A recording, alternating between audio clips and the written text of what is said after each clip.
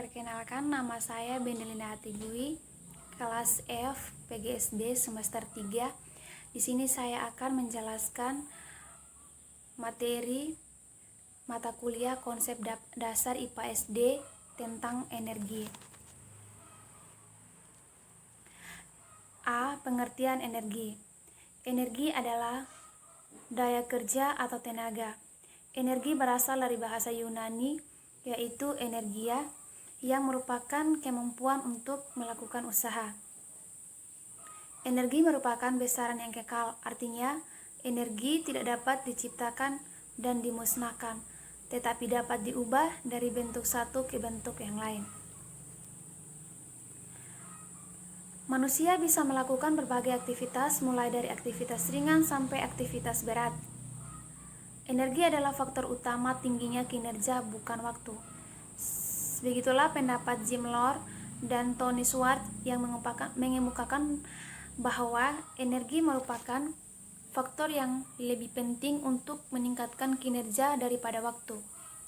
Karena setiap pemikiran, emosi, dan perilaku kita membawa konsekuensi energi, baik atau buruk.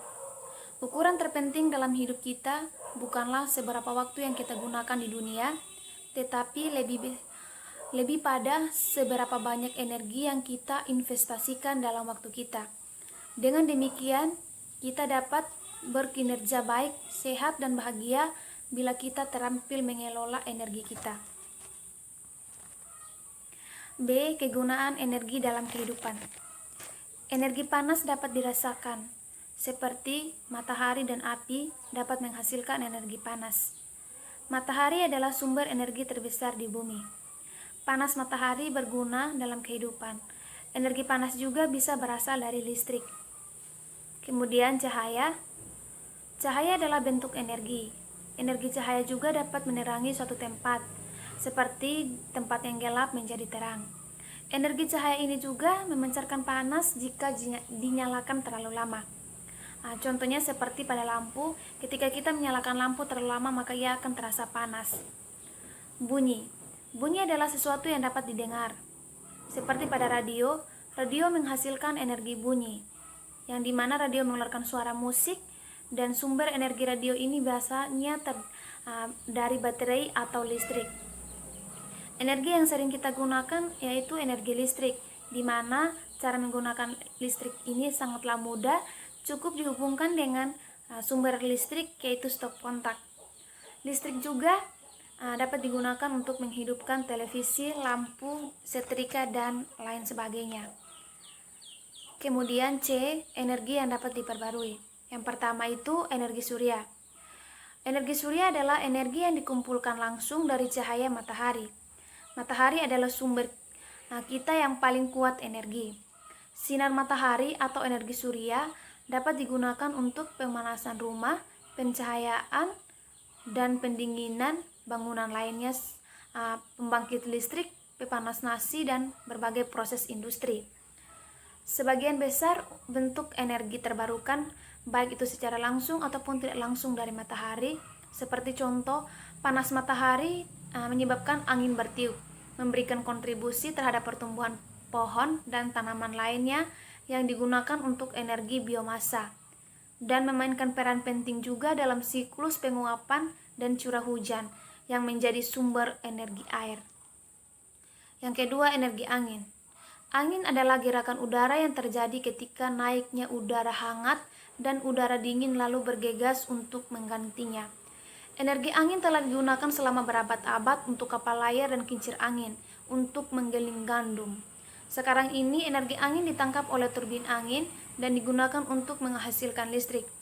Karena matahari memanaskan permukaan bumi secara tidak merata, maka terbentuklah angin.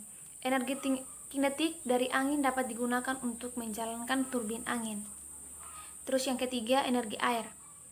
Air yang mengalir ke hilir merupakan kekuatan. Air adalah sumber daya yang dapat diperbarui, terus diisi oleh siklus global penguapan dan curah hujan. Panas matahari menyebabkan air di danau dan lautan menguap dan membentuk awan. Air kemudian jatuh kembali ke bumi sebagai hujan atau salju dan mengalir ke sungai, dan sungai yang mengalir kembali ke laut. Air yang mengalir dapat digunakan untuk memutar turbin yang mendorong proses mekanis untuk memutar generator. Energi air yang mengalir dapat digunakan untuk menghasilkan listrik. Yang keempat, energi biomasa. Biomasa telah menjadi sumber energi penting sejak orang pertama mulai membakar kayu untuk memasak makanan dan menghangatkan diri melawan dinginnya musim dingin. Kayu masih merupakan sumber yang paling umum dari energi biomasa, tetapi sumber-sumber lain dari energi biomasa meliputi tanaman pangan, rumput dan tanaman lainnya, limbah pertanian dan kehutanan dan residu, komponen organik dari limbah kota dan industri, bahkan gas metana dari tempat pembuangan sampah dipanen masyarakat. Biomasa dapat digunakan untuk menghasilkan listrik dan sebagai bahan bakar untuk transportasi, atau untuk memproduksi produk yang tidak akan membutuhkan penggunaan bahan bakar fosil. Sebuah hambatan adalah seluruh biomasa harus melalui beberapa proses berikut, seperti harus dikembangkan, dikumpulkan, dikeringkan, difermentasi, dan dibakar. Seluruh langkah ini membutuhkan banyak sumber daya dan infrastruktur. Yang kelima, hidrogen. Hidrogen memiliki potensi yang luar biasa sebagai sumber bahan bakar dan energi. Tetapi teknologi yang dibutuhkan untuk mewujudkan potensi ini masih dalam tahap awal. Hidrogen adalah elemen paling umum di bumi.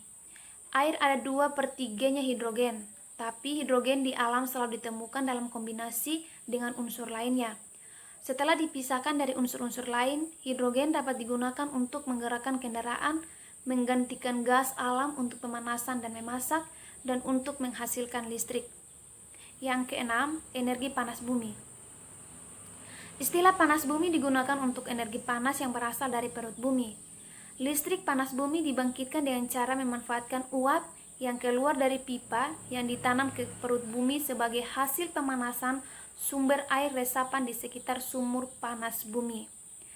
Uap tersebut kemudian dimanfaatkan langsung untuk memutar turbin atau memanaskan penukar panas untuk menghasilkan tekanan yang kemudian digunakan untuk memutar turbin dan menghasilkan listrik melalui generator.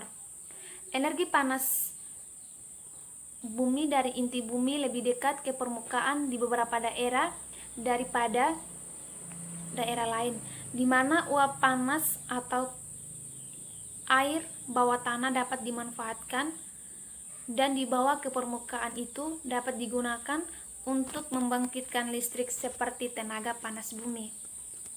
Yang ketujuh, energi samudra. Lautan menyediakan beberapa bentuk energi terbarukan dan masing-masing didorong oleh kekuatan yang berbeda. Energi dari gelombang laut dan pasang surut dapat dimanfaatkan untuk menghasilkan listrik. Dan energi termal laut dari panas yang tersimpan dalam air laut dapat juga diubah menjadi listrik. Meskipun pada masa sekarang energi laut memerlukan teknologi yang mahal dibandingkan dengan sumber energi terbarukan lainnya, tapi laut tetap penting sebagai sumber energi potensial untuk masa depan. D. Energi yang tidak dapat diperbarui. Minyak dan gas bumi merupakan sumber energi yang tidak dapat diperbarui. Kebutuhan minyak bumi tidak hanya sebagai sumber energi saja, tetapi juga sebagai bahan baku, yaitu plastik, pupuk, pestisida, dan bahan lain. Minyak dan gas bumi di Indonesia ditemukan di berbagai cekungan sedimen yang tersebar baik di darat maupun di lepas pantai. Minyak bumi ini belum semuanya dieksploitasi. Hal ini berkaitan dengan eksplorasinya yang sulit karena membutuhkan banyak data dan harus dilakukan dengan seksama untuk memperoleh gambaran yang jelas sebelum dilakukan pengoboran yang ditemukan oleh Russell, Sutton, dan Meyers pada tahun 1976. E. Dampak pemakaian energi terhadap lingkungan. Menggunakan energi surya tidak mengakibatkan polusi udara atau polusi air dan tidak juga menghasilkan gas rumah kaca, tetapi tetap memiliki beberapa dampak tidak langsung terhadap lingkungan. Misalnya, ada beberapa bahan beracun dan bahan kimia dan berbagai pelarut dan alkohol yang digunakan dalam proses pembuatan sel fotovoltaik atau PV yang mengkonversi sinar matahari menjadi listrik. Sejumlah kecil bahan-bahan limbah juga dihasilkan. Selain itu, Pembangkit listrik panas matahari yang besar dapat merusak ekosistem gurun jika tidak dikelola dengan baik. Burung dan serangga dapat terbunuh jika mereka terbang melewati konsentrasi sinar matahari, seperti yang diciptakan oleh menara tenaga surya. Beberapa sistem pembangkit listrik panas matahari menggunakan cairan berbahaya untuk mentransfer panas yang memerlukan penanganan dan pembuangan khusus. Sistem tenaga surya mungkin memerlukan air untuk pembersihan konsentrator dan receiver secara rutin. Begitu juga dengan pendinginan turbin generator. Menggunakan air dari sumur bawah tanah dapat mempengaruhi ekosistem di beberapa lokasi yang gersang. Dampak penggunaan minyak bumi terhadap lingkungan adalah pencemaran lingkungan dengan CO2. Minyak bumi senantiasa mengandung senyawa dan ikatan NCH. Kalau ini dibakar, maka senantiasa akan tersisa pembakaran, baik karbon, residu maupun asap. Selama masih ada paru-paru, bumi dalam bentuk hutan lindung, dan pepohonan berhijau daun yang membutuhkan CO2 untuk proses asimilasinya dan perbandingan kemampuan serap pepohonan terhadap gas sisa pembakaran masih sesuai.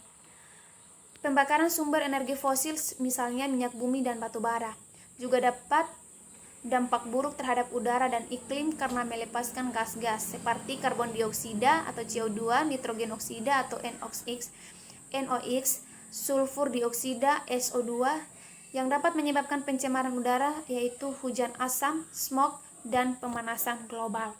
Sekian dan terima kasih.